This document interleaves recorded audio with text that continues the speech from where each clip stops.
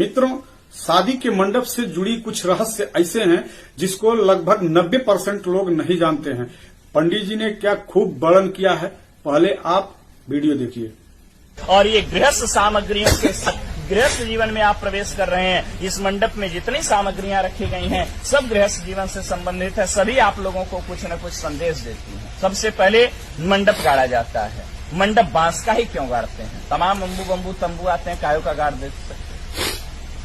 बांस की विशेषता होती है, बांस सबसे बड़ा वृक्ष माना जाता है, लंबाई में सबसे ज्यादा होता है। लेकिन जब ऊंचाई पर जाता है तो जाने के बाद क्या हो जाता है? झुक जाता है। यह बांस वर और कन्या को आप लोगों को यह संदेश देता है कि जीवन में आप लोग कितनी ही ऊंचाई पर क्यों न जाइएगा, हमेशा अपने श्रेष्ठों के प्रति विनम्रता का भाव रखिएगा। क्योंकि नमंती फलिनो वृक्षा नमंती गुणिनो जना, शुष्क वृक्षाश मूर्खाश न नमंती कदाचन। फलने वाला वृक्ष और गुणी व्यक्ति हमेशा झुके रहते हैं, मूर्ख व्यक्ति और सूखा पेड़ कभी झुकता नहीं।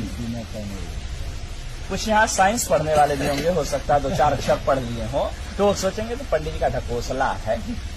साइंस से सिद्ध करता हूं। ये मंडप जो हरे बांस का गाड़ते हैं, हरा बांस जो होता है विद्युत का सुचालक होता है।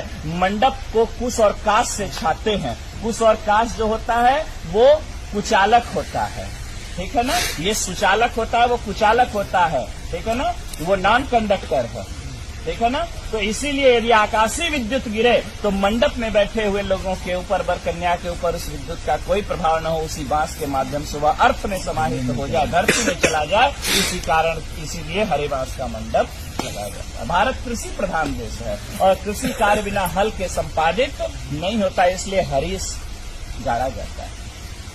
मंडप में ओखली और मूसल पुत्रोत्पत्ति की क्रिया को प्रदर्शित करने के लिए रखा जाता है। सील और लोढ़ा, सील हटा दिया जाता है, लोढ़ा लगाया गया था। अभी आपने लोढ़ा बच्ची के पैर के पास से हटाया। इसका यह भाव है कि हे देवी, ये विपत्ति रूपी पहाड़ है, आप के जीवन में यदि किसी भी प्रकार की कठिनाइयां आती रहेंगी, मैं इसी प्रकार से उसको अपने हाथों से हटाता रहूंगा। मैं आपके मार्ग को प्रशस्त करता रहूंगा, आपको घबराने की आवश्यकता नहीं है। इसके बाद मंडप में रखते हैं चकरी।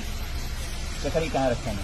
चकरी के 2 पार्ट होते हैं, दोनों पार्ट अलग अलग होते हैं, लेकिन ये पार्ट जुड़ते किससे हैं?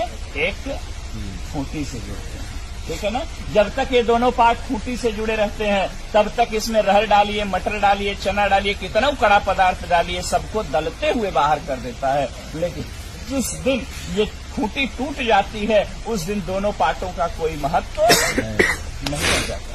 यह वर और कन्या भी चक्री के 2 पार्ट के समान है। और ये वर और कन्या जो आज पति पत्नी के रूप में परिणत होने जा रहे हैं, पति पत्नी का रिश्ता जो होता है एक विश्वास का रिश्ता होता है।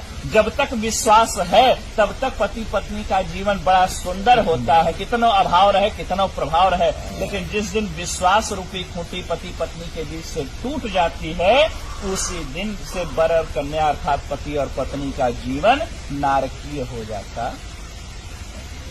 इसी भाव को प्रदर्शित करता है यह चक्री। हाँ, सुग्गा। सुग्गा क्यों लगाते हैं मंडप में? सुग्गा मीठा बोलता है। बोले महाराज सुग्गा से भी मीठा तो कोयल बोलती है, कोयल लगा देना चाहिए था।